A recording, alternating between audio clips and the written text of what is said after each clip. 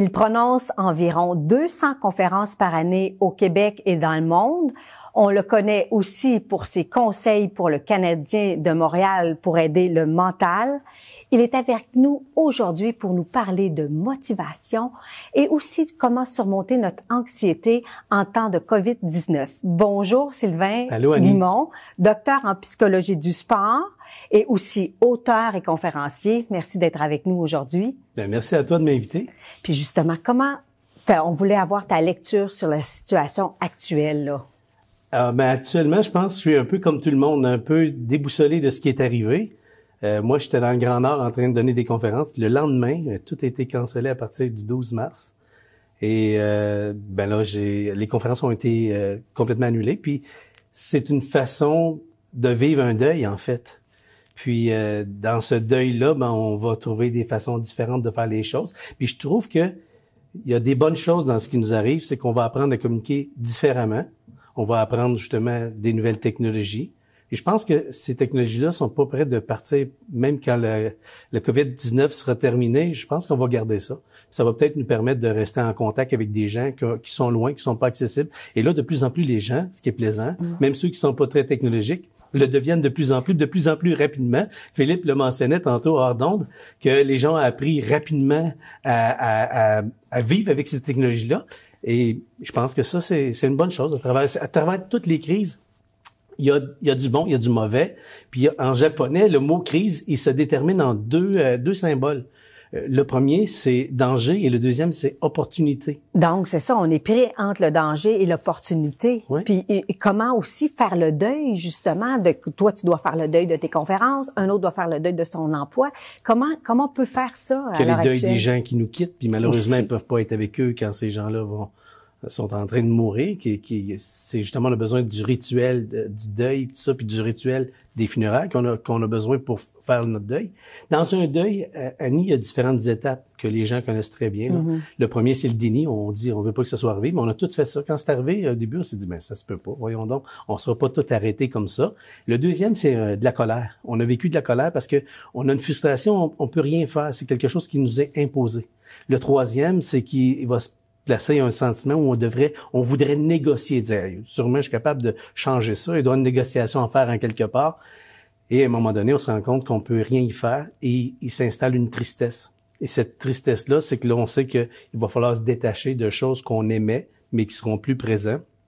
Et à la fin, souvent dans le deuil, ils vont appeler ça l'acceptation, ce qui est complètement aberrant. C'est pas de l'acceptation, c'est de la résilience. Le mot acceptation devrait jamais être à l'intérieur d'un deuil. On fait pas, lorsque c'est un deuil, c'est quelque chose qui nous est imposé. J'ai pas fait un choix. Je suis pas en accord avec ça. Tandis que le mot accord, quand on dit on va l'accepter, l'acceptation, ça veut dire qu'il y a un accord de ce que je voulais. Mais si il nous avait demandé notre avis, voulez-vous avoir le COVID-19? On aurait dit non, ce serait pas nécessaire, on va sauter notre tour.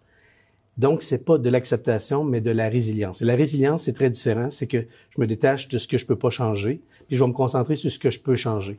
Donc, c'est vraiment là la force des gens qui sont capables de passer à travers des épreuves difficiles. C'est qu'au lieu de mettre leur attention, leur focus sur quelque chose sur lequel ils n'ont pas de contrôle, ils vont mettre leur focus sur quelque chose sur lequel ils ont du contrôle. Puis c'est à ce moment-là que je peux me détacher pour aller vers quelque chose de nouveau. Puis ça, c'est vraiment de la résilience. Puis justement, comment on fait, Sylvain, pour contrôler? Tu sais, quand vous parlez on a des fois, mais là, on n'a pas de contrôle, on n'a plus rien devant soi. Les gens se sentent perdus. On a perdu nos repères. C'est ça. Hein, on se levait, on avait un emploi, on voyait des gens qu'on était habitués. Et là, nos habitudes ont été cassées. Et l'être humain, c'est un être d'habitude. Mais c'est un être aussi d'adaptation. Donc, il y a des habitudes, puis il se sent bien lorsqu'il est dans ses habitudes, puis dans sa vieille routine. Mais en même temps, c'est un être qui est capable de s'adapter à pratiquement tout. Donc là, on s'est adapté différemment à faire les choses différemment. Puis au fur et à mesure qu'on avance, cette nouvelle façon de faire devient une nouvelle habitude. Une nouvelle façon qui nous sécurise, puis on reprend nos repères. Et c'est cette insécurité-là qui est difficile à vivre. C'est ça. De ce qui va être demain. Puis tantôt, vous parlez de crise, comment il y a aussi dans une crise, il y a des opportunités, mais justement, c'est quoi la lueur d'espoir pour les gens de voir l'opportunité? Est-ce que c'est une façon de changer notre mentalité aussi? Du moment où je sais que je peux rien y faire, La seule chose que je peux faire, c'est de changer mes pensées. C'est à moi. J'ai entre 50 000 puis 65 000 pensées par jour. Malheureusement, la majorité d'entre nous, nos pensées sont négatives. Mais c'est mon soliloque, cette conversation interne-là, qui détermine les sentiments et les émotions que je vais vivre. Et l'être humain ne peut pas vivre deux émotions au même moment. Donc, c'est à travers ce qu'on appelle un recadrage cognitif. Donc, je vais changer ma façon de me parler pour être capable de focusser sur quelque chose sur lequel j'ai du contrôle. Et quand je reprends le contrôle sur ma vie, l'anxiété va s'abaisser. L'anxiété est souvent sur quelque chose que j'ai pas de contrôle puis qui est dans le futur. Mais dans le moment présent, ici, maintenant, lorsque je reprends contrôle de moi, l'anxiété, j'en vis pratiquement pas. J'en vis beaucoup sur de l'anxiété d'anticipation de ce qui va arriver. Puis lorsque je sais pas vraiment ce que le futur, de quoi il est fait, ben là, cette insécurité-là fait augmenter l'anxiété. L'anxiété va amener jusqu'à de l'angoisse, jusqu'à des crises de panique. Puis là, on vit mal avec ça. Puis les gens craquent, les gens font des dépressions, oui. Les idées suicidaires sont à la hausse. C'est tout ça, ce que vous expliquez. C'est un bon point que tu amènes. Quand je donne des conférences, je demande aux gens dans la salle, il y a combien de gens ici qui ont déjà eu mal au dos? Ma première profession, c'était pour m'occuper des maux de dos. Je le fais encore. Et là, 80% des gens lèvent la main puis sont heureux de le faire. Aussitôt, la phrase qui suit, je dis, il y a combien de personnes ici qui ont déjà fait une dépression? Et là, il y a personne qui lève la main. Mais pourtant, au Québec, il y a 64% des adultes qui ont déjà pris des anxiolytiques ou des antidépresseurs. Donc, ma question, c'est, si c'est pas vous autres qui prenez les antidépresseurs et les anxiolytiques, c'est qui? C'est vos chiens, vos chats? C'est pour ça que les chiens se branlent la queue comme ça, sont ces antidépresseurs. Et les gens trouvent ça drôle. Mais derrière ce que je viens de dire, c'est qu'on a peur de parler de la maladie mentale, de la maladie physique. La maladie physique, il n'y a aucun problème. Mais lorsqu'on parle de maladie mentale, puis de se sentir moins bien, les gens veulent pas en parler. Et pourtant, la seule façon de s'en sortir, c'est d'en parler. Mais à qui je vais en parler si je pourrais être jugé? Et c'est là que mon frère Jean a écrit un livre qui s'appelle La psychothérapie, c'est pas pour les malades, c'est pour faire en sorte qu'on puisse être capable d'en parler. Il y a 3 fois plus de femmes que d'hommes qui ont un diagnostic de dépression, mais pourtant, il y a 3 fois plus d'hommes que de femmes qui s'enlèvent la vie. Ça, c'est vrai. Donc, Annie, tu comprends que là, les hommes, on parle de hockey, on parle du Canadien, on parle de toutes sortes de choses, mais on parle pas de nos émotions. C'est ça, vous parlez en gars, mais puis vous avez pas tant d'amis, alors que les femmes ont plus de réseaux d'amitié. Vous avez moins peur de parler de vos émotions, de comment vous vivez, puis à cause de ça, mais vous entraidez entre vous, ce que les gars, on fait pas, parce que on a appris qu'un homme, ça pleure pas. Mais moi, ce qui me fait peur, c'est pas un homme qui pleure. C'est un homme qui pleure pas. Ça me fait peur. Donc, si on était capable de plus parler de nos émotions, et dans ce moment qu'on vit en ce moment, c'est encore plus important.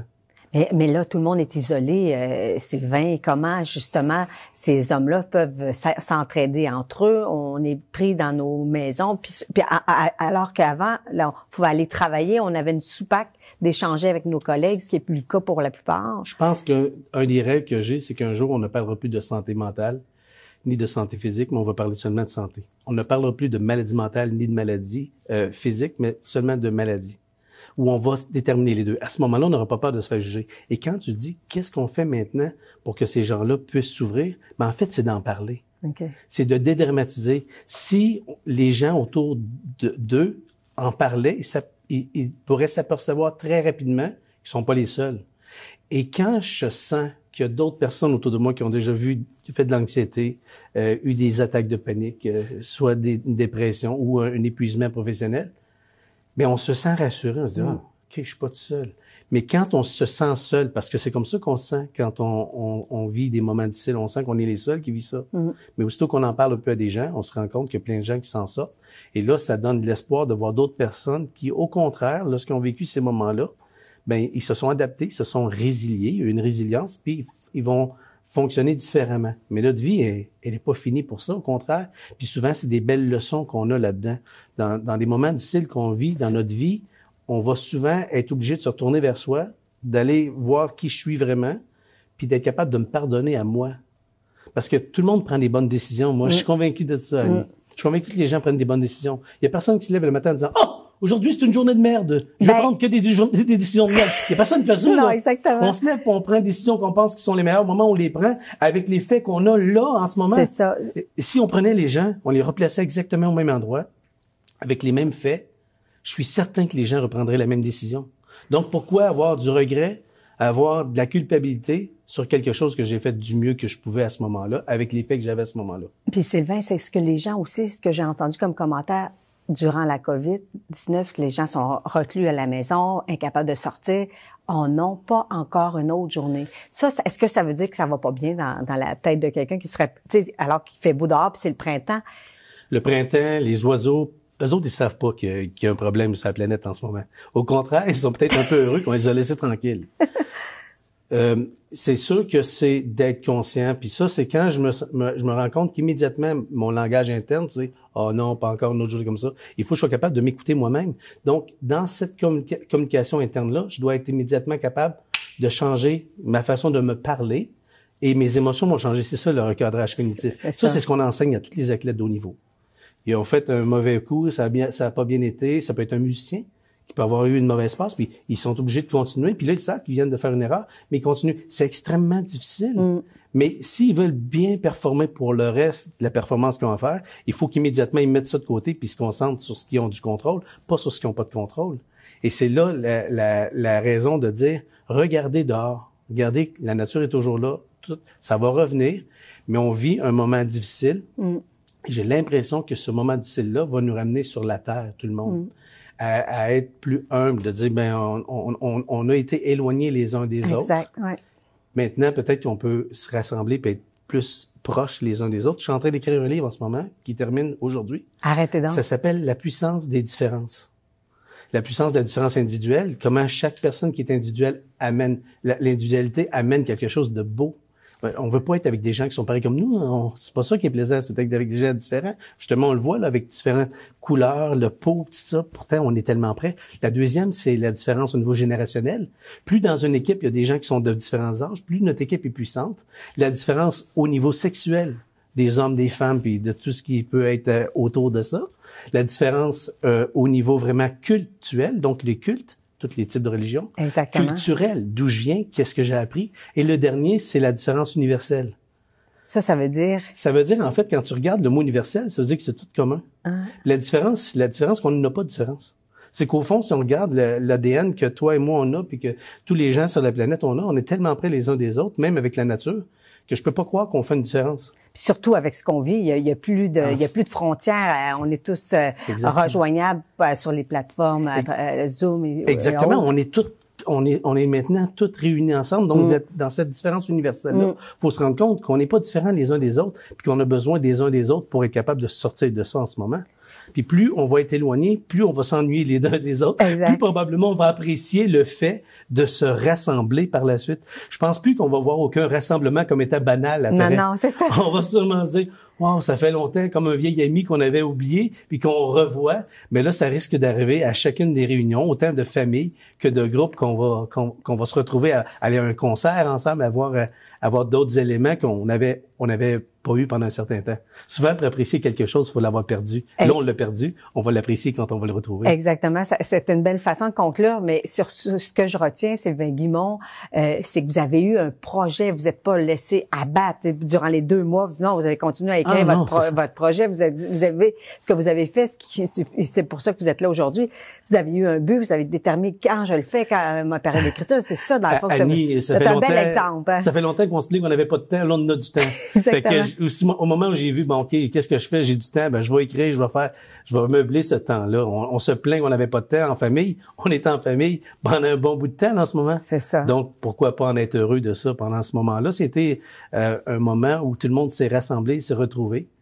Puis je trouve que c'est de voir le beau côté de ça. À chaque fois qu'il y a quelque chose qui nous arrive, il faut voir qu'est-ce que je peux en tirer, puis qu'est-ce que ça peut me donner, puis de laisser de côté les choses qui nous font de la peine pour rien. De toute façon, on n'est pas ici longtemps, là. Exactement. On est juste un petit voyage sur la planète. Exactement. C'est donc de faire des choses qu'on aime comme vous faites.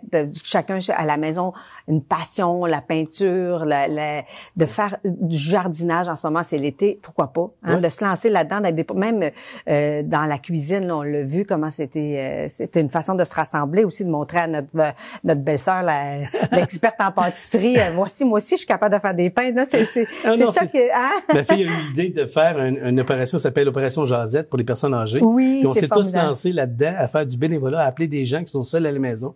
Puis on les appelait. Puis on a continué à le faire, là. Puis c'était très drôle parce qu'on les appelait avec Opération Jazette. Les enfants de ces gens-là ont donné des noms, puis on les appelait à toutes les 2-3 fois par semaine pour voir s'ils vont bien. Et c'est très drôle parce que j'ai développé de l'amitié avec des gens que je n'ai jamais vus de ma vie, des gens d'un certain âge, puis ils me contaient leur vie. Donc, j'ai meublé ce temps-là en se disant, wow, quelle richesse. Quelle richesse d'apprendre des personnes âgées. Oui, exactement. Je me demandais à la fin, est-ce que c'est moi qui aide ces gens-là, c'est ces gens-là qui m'aident? Puis à chaque fois qu'on aide quelqu'un, il faut se demander qui a été aidé vraiment, c'est la personne qui est en train d'aider. Plus on aide, plus c'est nous qui est aidé. Ah, c'est une bonne façon de terminer cette émission. Merci beaucoup, Sylvain Guimond, docteur en psychologie du sport, auteur et conférencier. Et vous, à la maison ou ailleurs, merci d'avoir été au rendez-vous et à une prochaine sur la chaîne Mylène TV.